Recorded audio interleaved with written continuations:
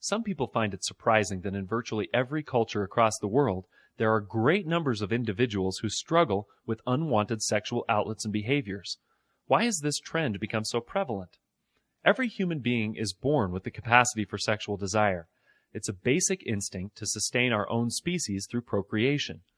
And, just as important, we also have the innate need to experience deep connection and intimacy with another human being.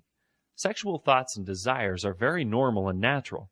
It's only when these thoughts and desires become exaggerated that they turn destructive. A term commonly used to describe an exaggerated or highly elevated desire to pursue sexual outlets and behaviors is hyper-sexuality.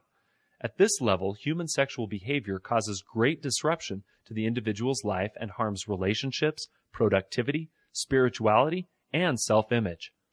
It's not unhealthy to have sexual thoughts or desires. It becomes unhealthy or destructive when we choose not to restrain, limit, keep under control, or bridle our sexual cravings. Later in this module, we will talk about some very common reasons why many people get caught up in hypersexuality, for escape, self-medication, and as an attempted replacement for real human intimacy. Exaggerated sexual behaviors, or hypersexuality, are greatly fueled by serious misunderstandings and misconceptions about human sexuality. Much of this confusion comes from messages portrayed in the media, movies, TV, internet, books, magazines, and popular culture in general. All of these influences have dramatically altered how people view the human body and sexuality. Today, a predominant sexual attitude or philosophy is objectification. Objectification means to present or regard as an object. Sexual objectification is the practice of regarding or treating another person merely as an instrument for sexual pleasure. It is selfishly viewing another person as a plaything rather than as a human being. It's an attitude that regards the human body as a commodity, with little regard for the whole person, the thoughts, history, and emotions of that person, or what we call the soul of the individual. To objectify someone, then, is to reduce him or her to the level of an object, a collection of body parts to do something to or with. Women are frequently objectified in the media. Men are sometimes objectified as well, but the objectification of women is far more common.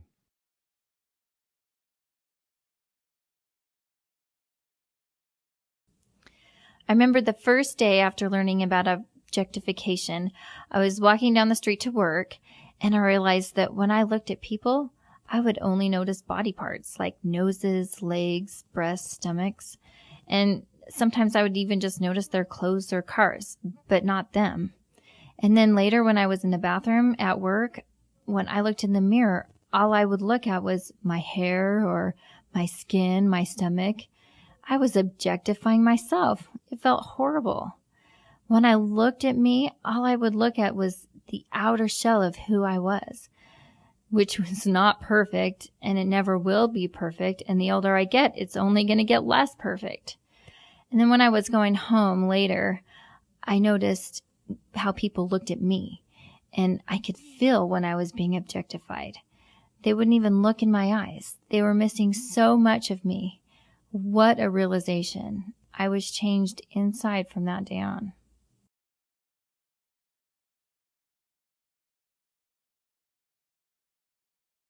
One of the most marked changes that happens within a student is when they realize how they've been objectifying other human beings. When they realize that they view people as objects instead of looking to their eyes and seeing the whole person, there's something that switches for them. Their FRC statements become more personal and meaningful. I just don't think it's the true nature of a human being to view another as an object. When students start looking in the eyes of a person and into their heart, their whole attitude changes. I can see a pretty marked change in their behavior from that point forward.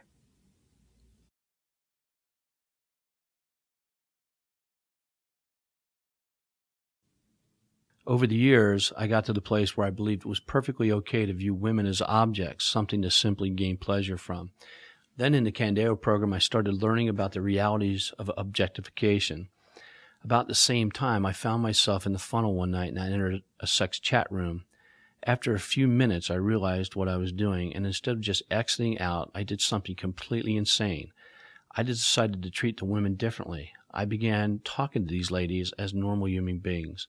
They put their clothes back on and sat down, and I saw an instant change in their faces as we started a meaningful conversation. I began crying as they spoke about their hopes, dreams, and difficulties they faced. They all informed me that they did not enjoy their job. Many of them were caught up in difficult circumstances that led them to where they are now.